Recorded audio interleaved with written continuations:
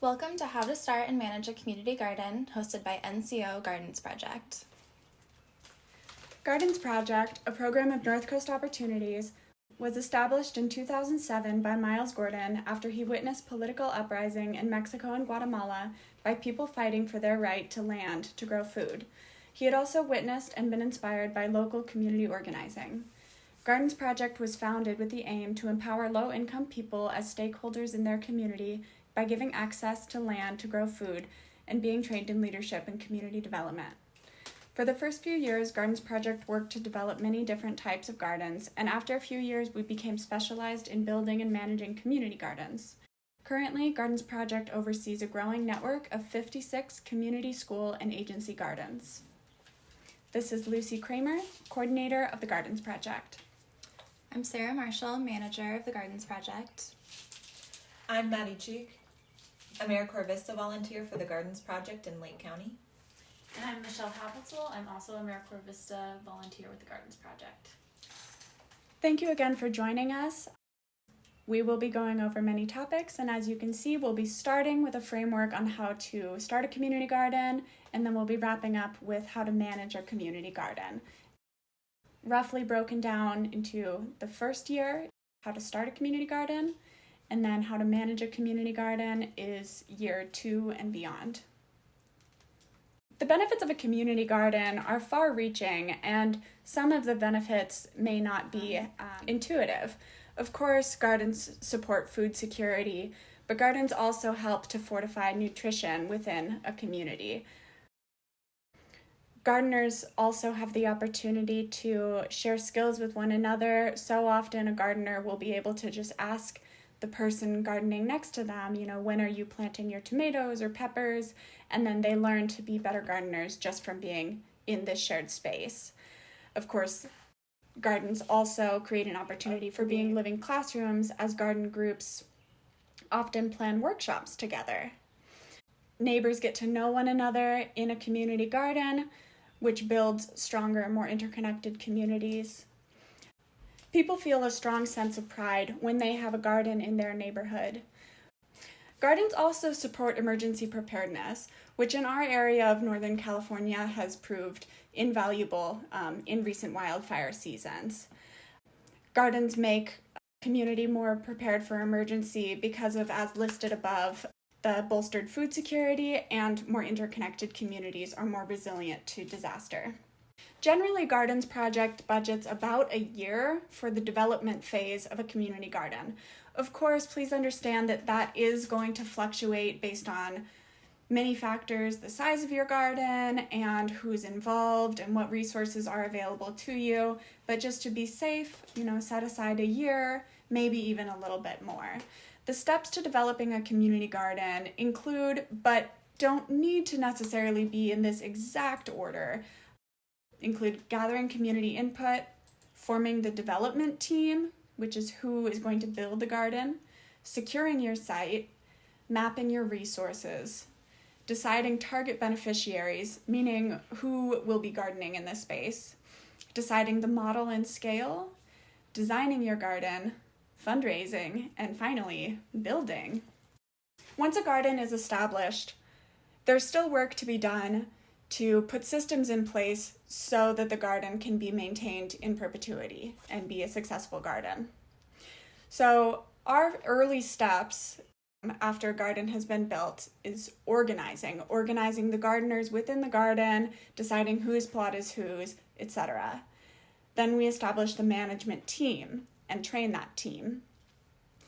Next, it's so important always to be setting really clear expectations of the gardeners, of the management team, of the landowners, etc. Lastly, developing systems for long-term success and garden autonomy, meaning getting your garden to a point where you're not reliant on services from anybody else. That is the end goal. The first step is gathering community input. It's imperative that every community garden is community operated and community owned. This means including the beneficiaries of the garden in the development process.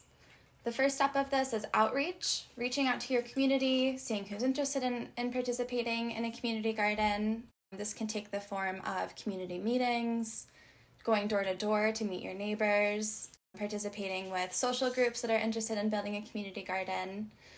Next, you want to make sure that you have representation on the garden development team and the people putting the garden together from community gardeners that will be participating in the garden. This creates a sense of ownership over the garden, and also people feel more connected to their community and the space where they're growing when they've had a hand in building the garden. Finally, you want to take all of the input from community meetings and going door to door and talking with your neighbors and everyone who's interested in having a community garden, and take that input and put it into your design to create a community-informed design.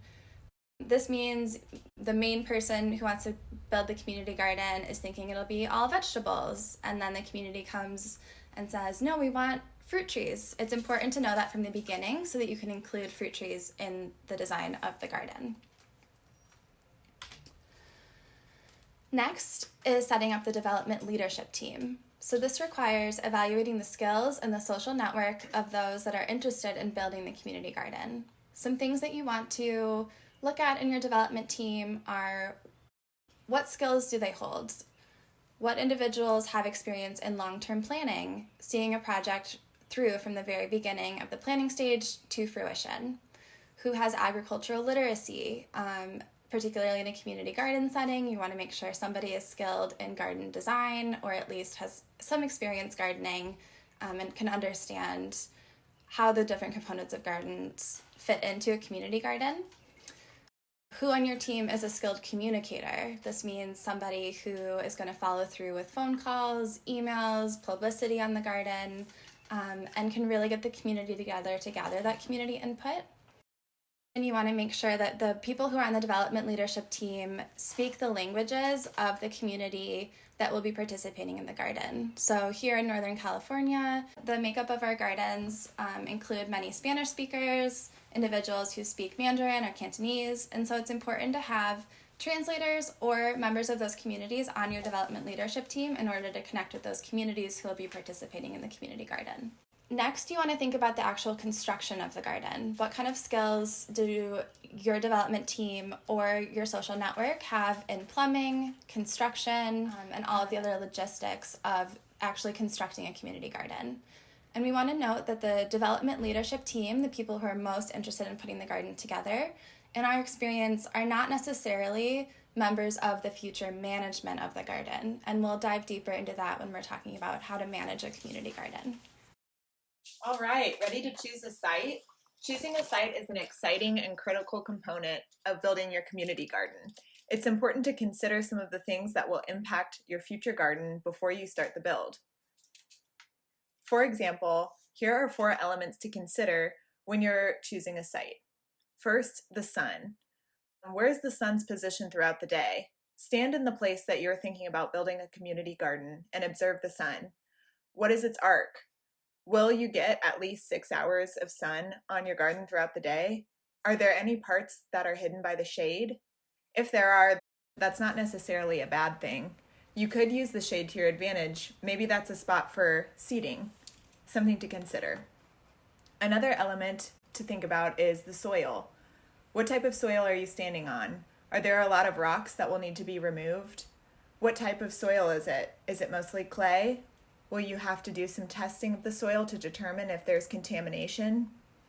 For example, you could think about what this space used to be. Was there a building here or a factory? These are some things to consider before you build. Another element to think about is water. This is usually one of the most important elements to consider right off the bat because it's often the most expensive part of a community garden. Where will your source of water be? Are you near a well? Will the property owner be donating water?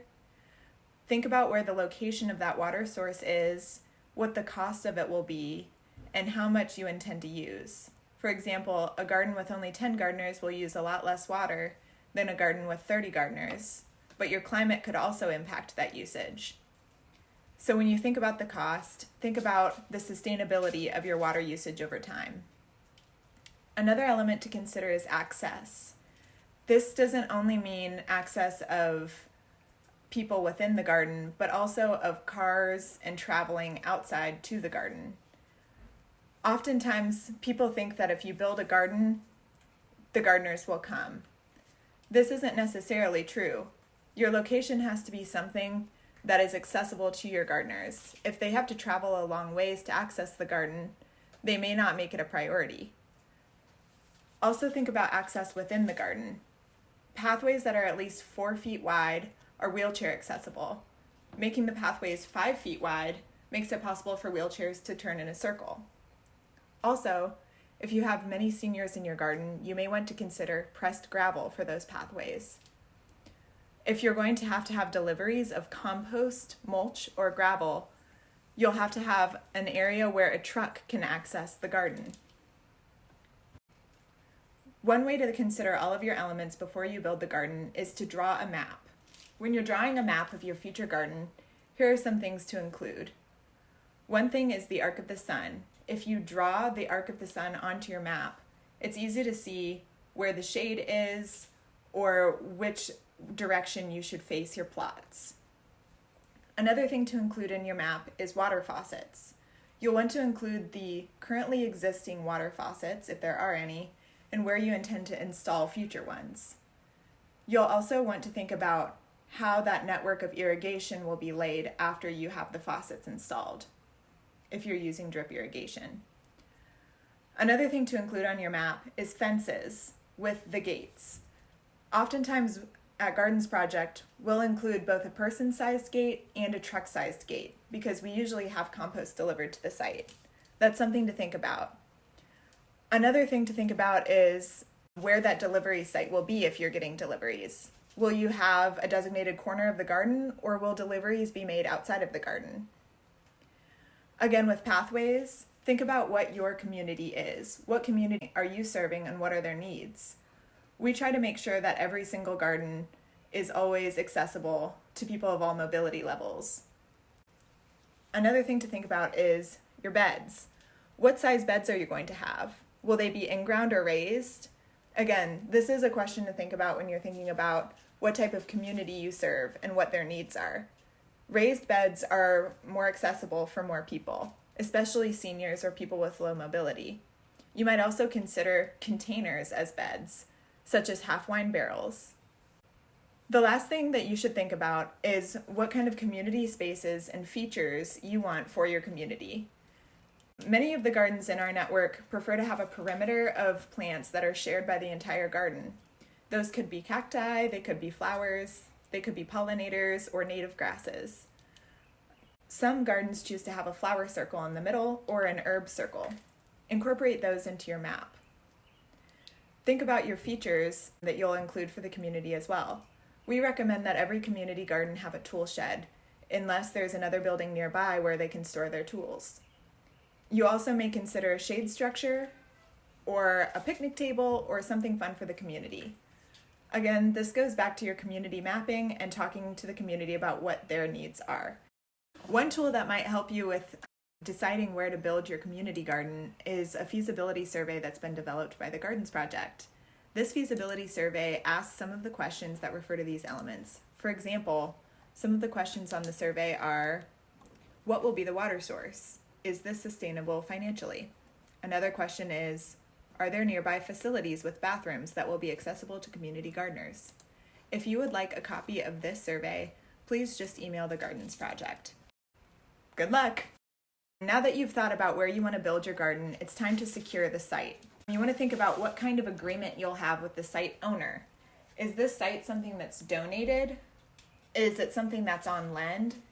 Is it a partnership with the city or with a private company or maybe with just a private homeowner?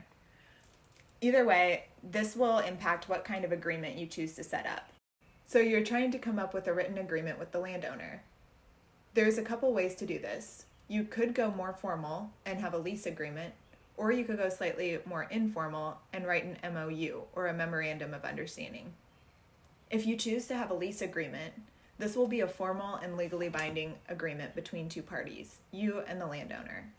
You can find lots of templates online, but some things you should include are identifying and describing the property, identifying both parties, identifying the length of the lease, the longer the better, the cost of the lease and when it is to be paid to whom, any additional fees, consequences for late payments, process or renewal for termination of the lease, the rights, responsibilities, and privileges of the lessor and lessee, consequences for violating the terms of the lease, and then you'll want to review those by an attorney and have both parties sign the lease.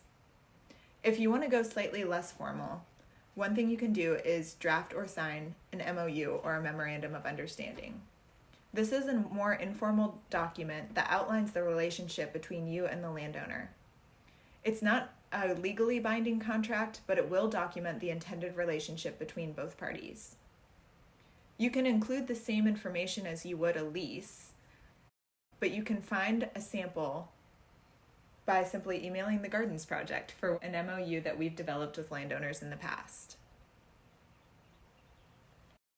Another thing that you want to consider when you're securing your site is insurance options. We recommend that you get liability insurance for the property. If your garden is located on property that's owned by a business, a nonprofit, or an individual, it's possible that their liability insurance could be extended to include the garden. You'll want to negotiate who will be paying for the addition to the insurance policy. Other options, including meeting with a local insurance agency. We reached out to the American Community Garden Association for their recommendations on securing liability insurance. David Hill, the lawyer for the ACGA, recommended Laura Barron with Nickerson Insurance, located in Southern California, or Brunswick Insurance as good options for California residents. If you're not in California, you could check out the American Community Garden Association's website and contact them at www.communitygarden.org to see what possible options are in your area. Every single garden is unique, and every garden has a unique set of resources. You're going to want to develop a resource map. Your resource map will be a living document, as the resources available to you and your garden will change as relationships change, as businesses change, as you meet new people. But to start with, draw out all of the individuals who are involved with your garden. This would include potential volunteers, interested gardeners, business partners, stakeholders, the landowners, donors, etc. And ask yourself what skills and networks those people have and what it is that they're able to bring to the garden. Also ask yourself what resources you imagine needing in the future, meaning what materials or what you might need for future projects, such as water and seeds, other bioresources like your compost, your plant starts, maybe educational materials. And then once you have a list of what needs you have and what needs you would like met, start to consider who in your community may be able to help you with these things. Is there a local college with gardening classes that may be interested in coming to your space to teach a garden? In our area, we work closely with the UC Master Gardeners program, where Master Gardeners teach gardening classes within the gardens. Once you start looking around, you'll find that there are many generous people and many opportunities to partner. As you're mapping your resources, make sure to be considering your budget as you move forward and seeing if there are any connections that can be made that will make your budget go farther. If you've allocated a certain amount of money to purchasing soil, but then you find someone who's able to donate soil instead, and you could reallocate those funds to something else valuable for your garden. Now that you've done outreach in your community to gather community input, you've established a development team for the garden, you've chosen an ideal site, you've done the proper legwork to secure the site, and you've done the resource mapping in your community to identify interested gardeners and resources necessary to build your community garden, it's time to identify your target beneficiaries. The target beneficiaries of the garden are the individuals who will be participating and benefiting from the community garden. This could be individuals who live in your neighborhood with you, your neighbors. It could be specific to an organization that supports mental health. The target beneficiaries there are the clients of the mental health organization. Your target beneficiary could be a low-income population, a senior living site, a preschool. The options go on and on. For example, for Gardens Project, we have a number of different types of community gardens: school gardens, community gardens, and agency gardens, as well as apartment gardens. Each one of those gardens is comprised of a unique community. Identifying your target beneficiaries will be important in the design element of your garden. For example, if you're designing a garden for a senior living apartment, you're going to want to make sure that you're designing a garden that has raised beds, that is accessible to members of all ability levels and all ages. If you're designing a garden for a preschool, the scale of the garden might be much smaller for little hands. There are many different types of community gardens. One type of community garden is an open garden that's operated by volunteers and open to anybody in the community to harvest anything they'd like. Another type of garden is tied to an organization, and it's open only to the staff and clients of that organization. There are also school gardens that are run by teachers and parents of the students at the school, open to only students and family members of the school to harvest. And then there are community gardens that are run on a rental model that change participants from year to year, or sometimes retain those participants from year to year. You are going to want to identify what kind of model of community garden you're building in order to incorporate the type of model into your community design. In Gardens Project experience, we recommend a community garden model where each plot represents a distinct individual community member or family, and they rent the plot from year to year. This creates a buy-in where individuals who participate in the garden, even if they put $5 down for their plot, they're more likely to have a sense of ownership over their plot, to take care of any weeds or pests, to harvest the produce so that it doesn't rot, and to participate in community garden activities such as potlucks and community gatherings. This is the type of community garden we are focusing on in this webinar and the type of community garden that we build here at Gardens Project. There are a few other elements to consider in the design of your community garden when you're considering the model and the scale. You want to think about the size. So you've already secured your site. How large is the site? How many beds can fit? What kind of beds are you going to have? You want to think about the number of participants. In our experience, about 30 to 40 gardeners is an ideal number of gardeners to maintain a community within a community garden. Once a garden grows beyond 30 to 40 gardeners, it can become disjointed, and it can be difficult for the community to remain as one community where every gardener knows each other. Of course, a community garden can be much smaller. The smallest garden that Gardens Project operates is just 3 raised beds at a senior apartment site, and still comprised of community members. You also want to think, when you're designing your garden, about the budget, and we're going to go deeper into fundraising in future slides. Of course, if your budget is small, you can't design a massive garden with lots of infrastructure. You might want to start small and then build up over time as you're able to fundraise more. If you have a large budget, you can incorporate different details into your garden, and we'll go into that during the garden design.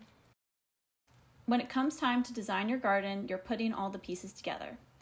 You've already identified your site, you've considered the sun profile, you know where your water source is, and other elements that you want to include are a fence to protect against vandalism. We encourage planting beds along the perimeter and growing food that is communal so that people can take what they want from the perimeter of the garden and they're less encouraged to come inside. Now you want to think about your beds and specifics of the beds.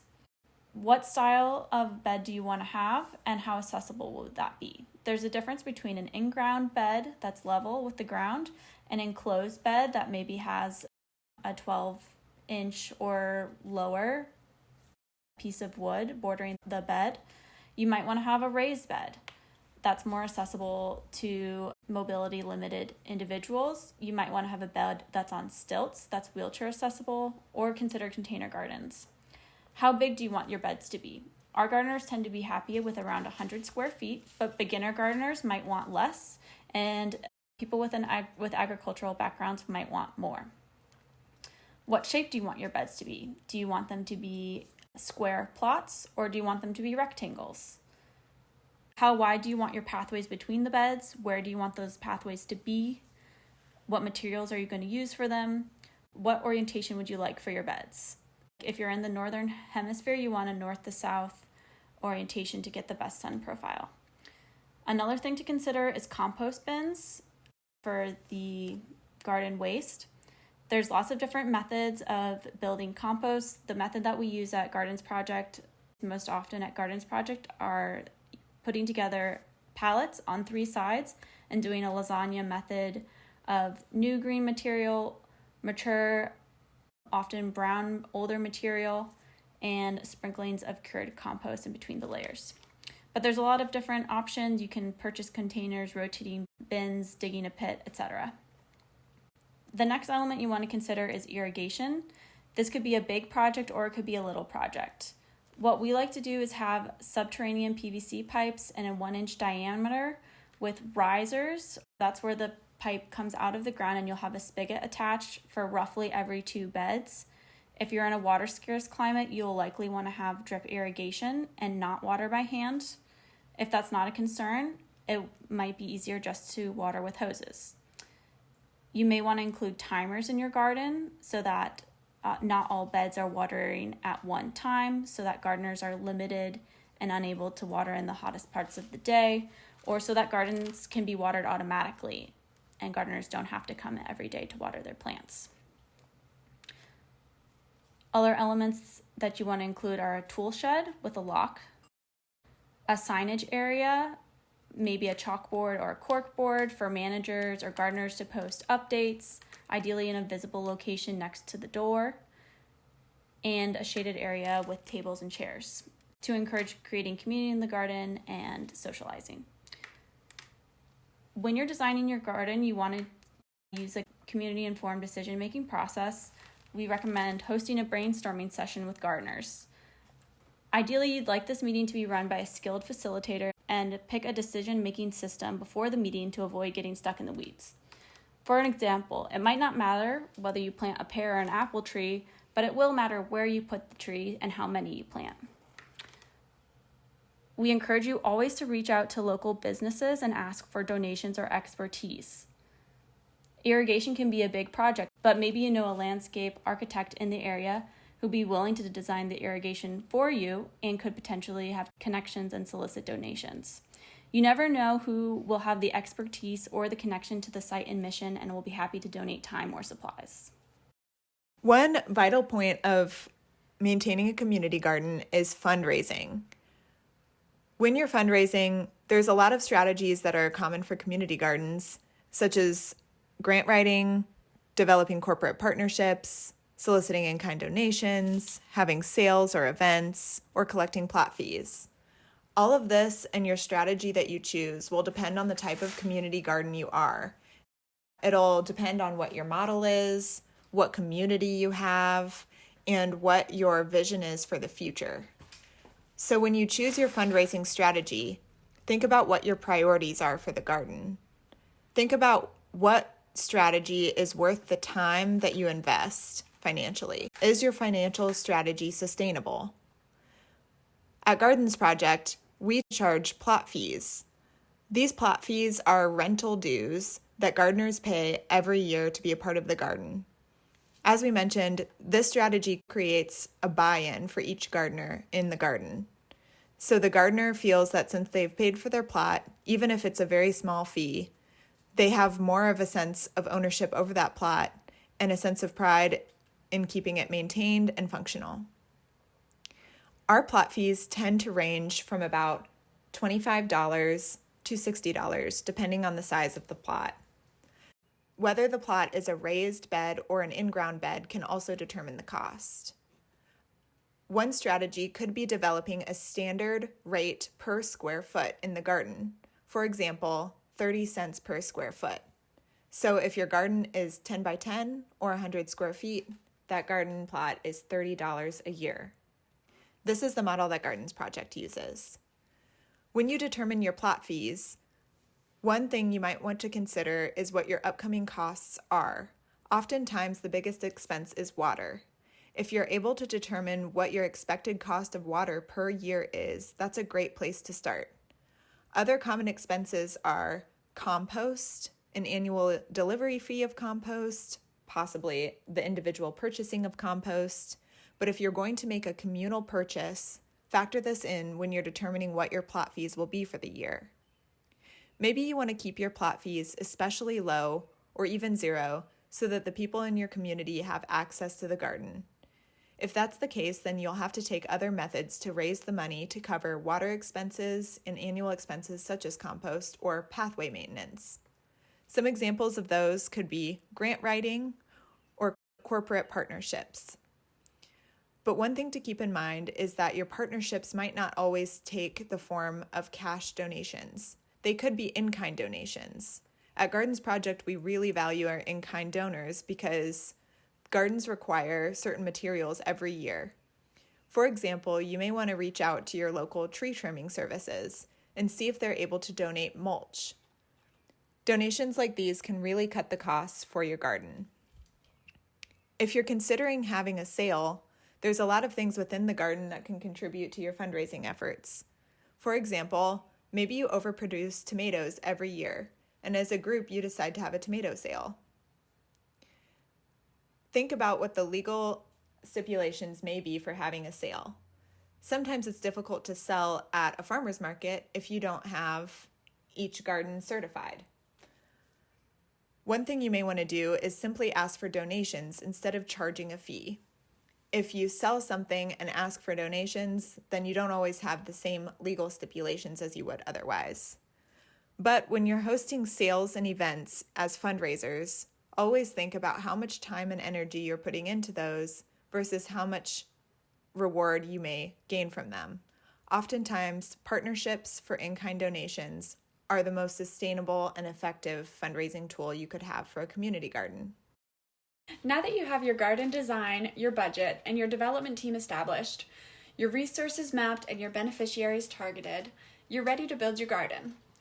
If you live in a place like us with wet seasonal winters, we recommend planning your construction for the dry season, both for the comfort of your volunteers and because it may be important to keep your tools and materials dry, depending on what you are using. As another reminder, consider if there are any local businesses or people in your network who may be able to lend tools to your workday or donate materials for the garden. Set aside time for the garden build.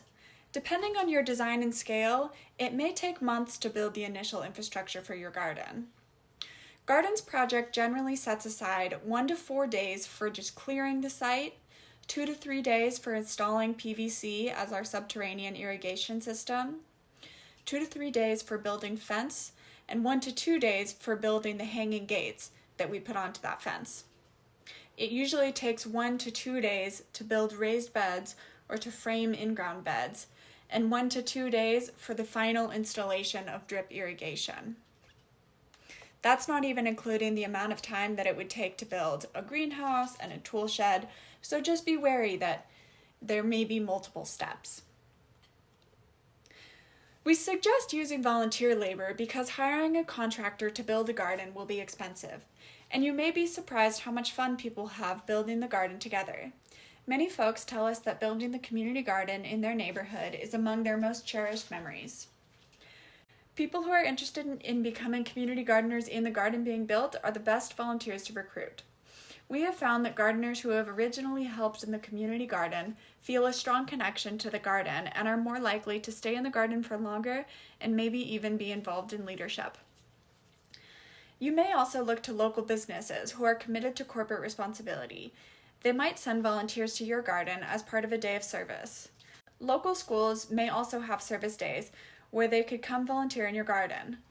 High school students may have required community service hours for graduation. Also, let folks in social clubs like Rotaries know about this opportunity to lend a hand. Prior to garden work days, make sure that you have all of your materials and tools on hand. Make a list and check it twice. We also recommend that you have primary workday objectives like building a fence, and tertiary workday objectives, like clearing a patch of grass. This way, if you finish your top priority task and volunteers are still motivated to work, they will be able to accomplish another valuable task. Also, volunteers don't like waiting around for long periods. So if there is a step in the top priority workday task that only requires a couple people, other volunteers can get to work on the tertiary objectives for a while. You must have water at workdays. We also recommend snacks or lunch. Food is a great way to thank volunteers for their time, and it is really important that they know how much you appreciate them. Now you've learned the steps to build a community garden, we're going to move on to the steps to maintain a community garden in perpetuity. Now that your garden is built, it's time to organize gardeners in the garden. You want to give plot placement priority to your targeted beneficiaries. Maybe your garden is meant to benefit veterans, or perhaps you'd like to give people who helped build the garden first choice in plots. It's a good idea to keep records of your gardeners. You'll want to create a spreadsheet, either digitalized or handwritten, with the relevant information and contact information. For example, you might want to note plot numbers, plot sizes, costs of renting, who's renting, any additional gardeners, family members or friends who will be helping the primary gardener, contact information such as email, phone number, ability to receive text messages, primary language spoken, address, and any miscellaneous notes. You might want to include in your records the garden map. Again, both a hard copy and a digital copy are encouraged. Make sure to develop effective communication strategies. This could mean creating an email list or a phone tree and posting signs near the door or in gathering spots on the garden with relevant updates. After you've organized gardeners in the garden, it's time to establish the garden manager or garden management team. It's important that this is a team effort. Having just one garden manager might be too much work for just one person, but a management team makes it a community experience. A couple different roles for an ideal management team could include a garden manager or even co-managers, a compost manager, an irrigation manager, an events coordinator, a perimeter garden manager, a treasurer, or maybe something else that fits right for your community, like a historian. Compost manager is a really important position if you've chosen to have homemade compost in your garden. If so, the compost manager is a great person to remind people how to cut up their produce when adding it to the compost pile, designing a compost pile that works best for your community, or helping people with lower mobility level add to the compost pile. The irrigation manager most likely has been a part of your team since development. Do you have drip irrigation, or are you hand watering? The irrigation manager will likely grow with the garden and adapt their skills to what the garden's needs are. If you're spending too much money on water using a hand watering technique, you might want to switch over to installing drip irrigation. An irrigation manager brings to the table a personal set of skills with installing this type of equipment or an eagerness to learn. Oftentimes, irrigation can seem intimidating, but if someone is willing to do the work of looking up videos or asking someone at your local hardware store these hard questions, then they can be the gateway for the rest of the garden to understand too. An events coordinator may not be necessary for your team, but if you're planning to have a lot of potlucks or something similar, they could be a great asset to the garden managers in making sure that these events happen. Assigning this role to someone on the management team makes it more likely that the events happen regularly and that everyone gets invited. Perimeter garden managers are something that Gardens Project really recommends. If you've chosen to add a perimeter garden or another community space such as a flower or herb circle, the perimeter garden manager would be responsible for deciding what goes into those areas and for conveying to the rest of the group when is the appropriate time to harvest. Perimeter gardens are also a great way to reduce the likelihood of vandalism in your garden. If you plant things along the perimeter that are easily accessible to the public, then it will encourage people to take some food that they may need, or even something pretty like a flower, without disturbing the peace of the other plots in the garden. Another position that would be really important for your management team is the treasurer. If you're deciding to go with a model that requires people to pay for their plot, like we do with the Gardens Project model, then it's going to be important for someone to keep track of those plot fees, who has paid, who may need assistance, like a scholarship, and what upcoming costs you can expect. It is important that the gardeners trust the manager to manage their funds, or that you have a system in place that makes the treasurer's system accountable and transparent. For example, you may want to have a shared spreadsheet with the other garden managers, or you may want to have monthly or seasonal check-ins about the garden account. Make sure that your management team feels supported at all times, and if there's transition between roles, that records are kept so that everyone can continue to have a cohesive experience in the garden. By and large, community gardeners want to be doing the right thing and supporting one another within the community garden. To ensure that that's possible for the community gardeners, it's imperative to set clear expectations for garden use and code of conduct. Gardens Project recommends that once a year, community gardeners sign a contract or a code of conduct. If you would like to see the contract that Gardens Project has developed, please email us and we will send you a sample. Included in the contract is an overview of what the garden management team does and what gardeners can expect from the garden management team, an overview of all of the rules and conditions for participation, and other details that are imperative for gardeners to know. Also included in the contract is the termination procedure. Gardens Project uses a 3-strike system. When a gardener breaks a rule in the garden, they get their first strike. Say this rule is something that needs to be fixed. So if a gardener has been overwatering their garden and the management team has noticed and given them a strike, the gardener has 2 weeks to fix this pattern. If no response or correction has been made within 2 weeks, that person will get a second written notice. If there's still no change, after another 2 weeks, they'll get the final written notice and they will have forfeited their garden privileges and plots. At the beginning of the following season, that gardener who has been asked to leave the garden will be able to reapply for a plot, but it is not guaranteed and will be at the discretion of the garden team. There are certain conduct rules that, if broken, the gardener will immediately lose access to the garden. For example, if they commit violence toward another gardener or anyone in the garden, or if they're abhorrently breaking infrastructure or tools, they may be asked to leave immediately.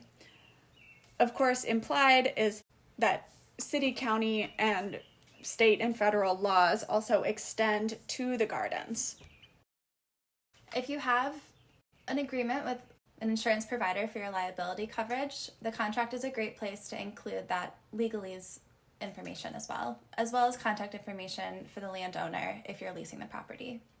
It is imperative that the garden contract be available to all gardeners in the language that they prefer. So if you have many gardeners who speak Spanish, the garden contract must be available in Spanish. Within the garden, we suggest posting signs up to remind people of what the expectation is.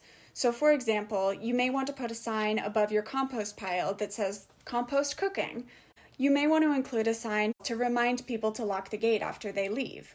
The leadership team should also consider establishing decision-making and other protocol.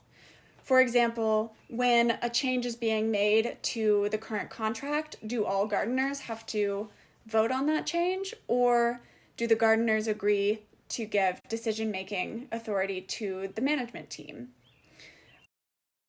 Is the contract signed yearly, or would you prefer to have that done every other year or at the start of every single season? The management team, are they elected or are they appointed? These are all questions that you should know the answers to.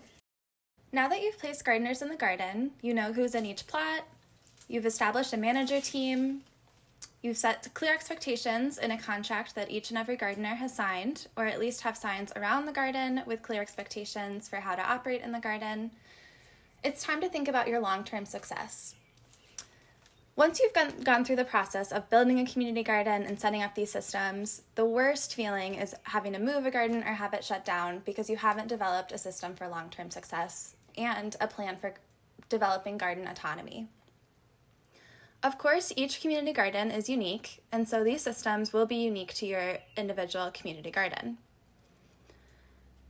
Some systems that we recommend: if your community garden is located on public land, it's a great idea to engage your elected officials and engage in the political process. You might consider inviting your city council or supervisors of your district to visit the community garden and meet community gardeners, and they'll be more likely to advocate for your community garden and your needs in policy that supports community gardens in your area.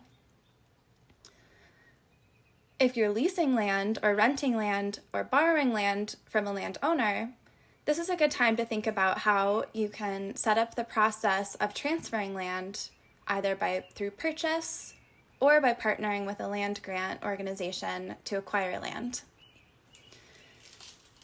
If you're not under the umbrella of a 501c3, you might consider applying to become a 501c3 yourself. This will help with fundraising and support in grant writing.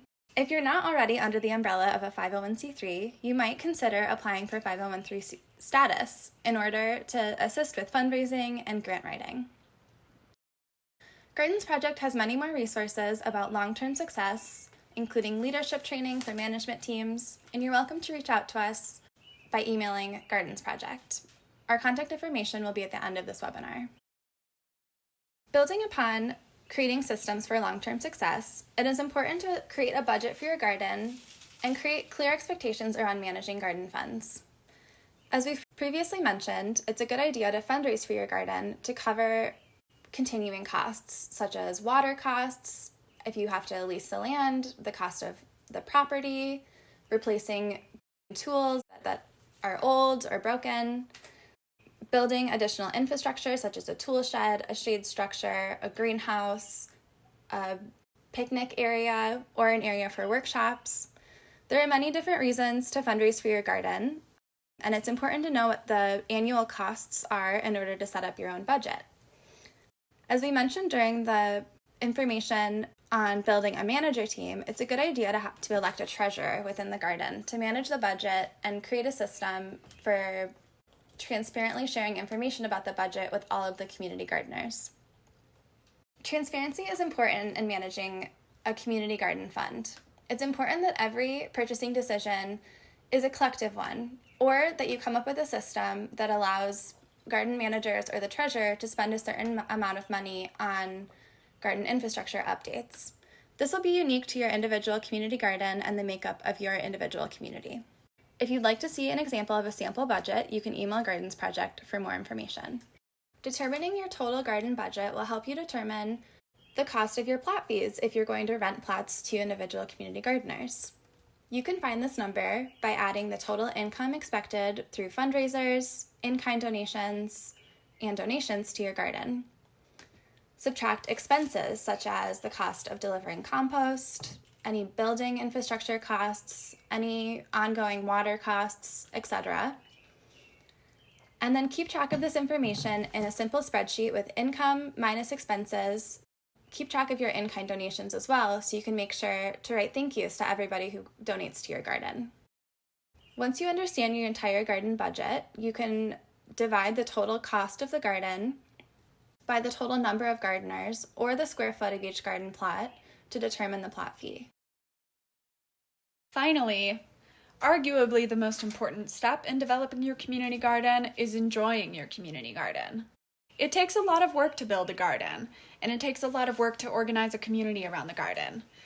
It's important to celebrate the fruits of your labor. We especially like to share potlucks featuring garden produce. Not only is it valuable to give yourselves a well-earned break and pat on the back, but developing social capital really is an important part of having a community garden. Socially cohesive gardens are more successful. If you are looking for inspiration for recipes to include in your next potluck, consider purchasing Gardens Project's cookbook called Sharing the Bounty, which is a collection of recipes from the community gardeners in our network in English and Spanish, and it is delicious. 100% of proceeds from community garden cookbooks go into a scholarship fund for community gardeners in the Gardens Project Network. For further learning, check out these links and resources. As mentioned before, if you'd like a copy of our site feasibility study, a sample lease agreement, a sample MOU, a sample contract, an example of a budget, and leadership materials for your garden, you can contact us using gardens@ncoinc.org. Follow us on Facebook at NCO Gardens Project and on Instagram at Gardens Project. Thank you for joining us today to learn how to build and manage your community garden.